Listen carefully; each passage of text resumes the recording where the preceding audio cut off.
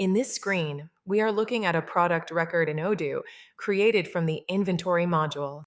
This product represents a real item that can be sold, purchased, stocked, and accounted for across the system. We start with the product name, shown here as cheeseburger. This name is critical because it appears everywhere on sales orders, purchase orders, delivery slips, invoices, reports, and the website if published. On the right-hand side, we can upload a product image. This image is mainly used for visual identification in the website, point of sale, and internal product lists. Just below the product name, we see several checkboxes that control where this product can be used. When sales is enabled, the product becomes available on sales orders and invoices. If sales is unchecked, the product cannot be sold. When purchase is enabled, the product can be added to purchase orders and vendor bills. This also allows Odoo to track vendor pricing and purchasing history. The expenses and subscriptions options are not enabled here, meaning this product is not reimbursed as an expense and is not sold as a recurring subscription. Next, we move to the General Information tab. The first and most important field here is product type. This product is set as goods, which tells Odoo that this is a physical item. Because it is a goods product, Odoo allows inventory tracking, stock movements, and valuation. If this were a service, inventory would not be tracked. If it were a combo, it would be composed of multiple products.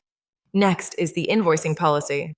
This is set to ordered quantities, which means Odoo will invoice the customer as soon as the order is confirmed, based on what was ordered, not what was delivered. If this were set to delivered quantities, the invoice would only be created after delivery is validated. This setting directly affects cash flow timing and revenue recognition. Next, we have track inventory, which is enabled. This setting tells Odoo to update stock levels whenever products are received from vendors or delivered to customers. If this option is unchecked, Odoo will not maintain quantities, even if the product type is goods. Below that, we see quantity on hand. This number is updated automatically by Odoo through inventory operations. It increases when stock is received and decreases when stock is delivered or consumed. Users never manually type into this field. It is system controlled. On the right side, we see the sales price. This is the base price charged to customers before tax. It is pulled automatically into sales orders and invoices. Next is sales taxes. This determines which tax rules apply when the product is sold. Odoo uses this field to calculate tax on invoices and display tax-inclusive pricing when applicable. If AvaTax is enabled, the AvaTax category is used instead of manual tax rules to determine the correct tax rate based on product classification. Next, we have the cost field. This represents the internal cost of the product. Odoo uses this value to calculate margins and cost of goods sold.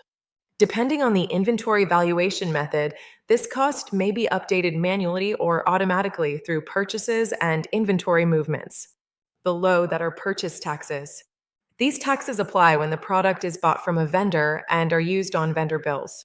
Next is category.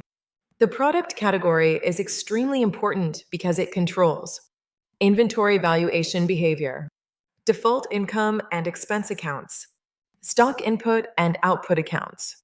This means accounting entries are driven by the category, not the individual product. Then we have reference and barcode.